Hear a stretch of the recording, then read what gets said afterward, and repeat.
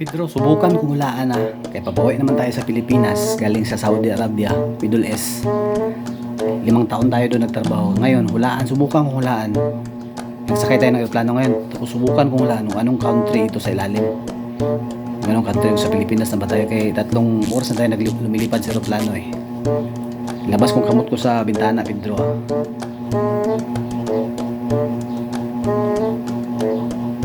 Pedro. Kabuhangin-buhangin ba yung kamay ko?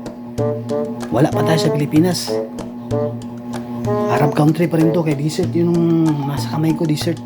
Wala pa tayo sa Pilipinas, Pedro. Arab country pa rin to. Ganun ba, Juan? Okay, Juan. Ngayon, mga 1 oras naman lumilipad. 1 oras na mula nung paglabas mo ng kamay mo doon, paghula mo, kung anong country yun. 1 oras naman nakalipas. Ngayon, hulaan mo kung anong country naman to sa ilalim sa aeroplano. Anong country to? Abot na ba tayo ng Pilipinas? 1. Okay, sige Pedro, hulaan ko kung anong nason to. Anong country to sa ilalim. Ilabas ko naman yung kamay ko dun sa bintana ng aeroplano.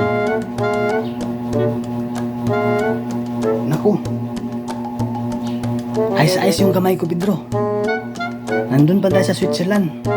Wala pa tayo sa Pilipinas kasi nag-ayos yung kamay ko. Malayo pa ang Pilipinas, Pedro. Okay, Juan. Lumipas na naman ang 1 oras. Kanina, Switzerland man yun. Ngayon, hulaan mo na naman kung anong country to sa ilalim. Baka abot na tayo ng Pilipinas. Kasi 2 oras nang lumipas eh. Okay, Juan. Pedro, hulaan ko na naman kung anong country to.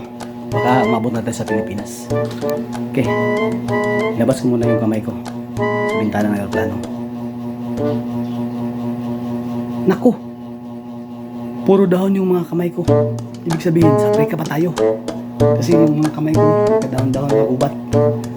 Ang ibig sabihin, Pedro, Africa pa tayo, hindi pa tayo umabot sa Pilipinas. Maghintay pa tayo ng 2 oras o 1. Okay? Okay, ngayon, Juan, sigurado, mga 2 oras nang lumipas, hulaan mo na naman kung anong nasod ba to. Nakarating na ba tayo ng Pilipinas? Mga 2 oras na tayo lumilipad ng aeroplano eh. Okay, Juan, hulaan ko na naman. Baka Pilipinas na tayo. Ilabas ko naman yung kamay ko sa bintana ng aeroplano.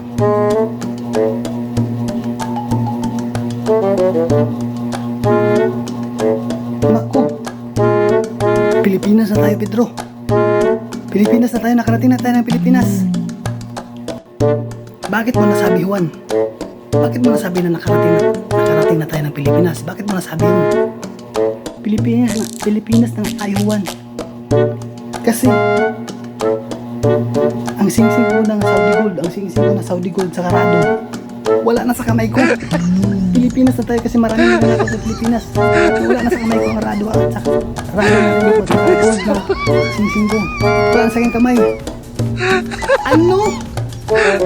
Patay tayo dyan!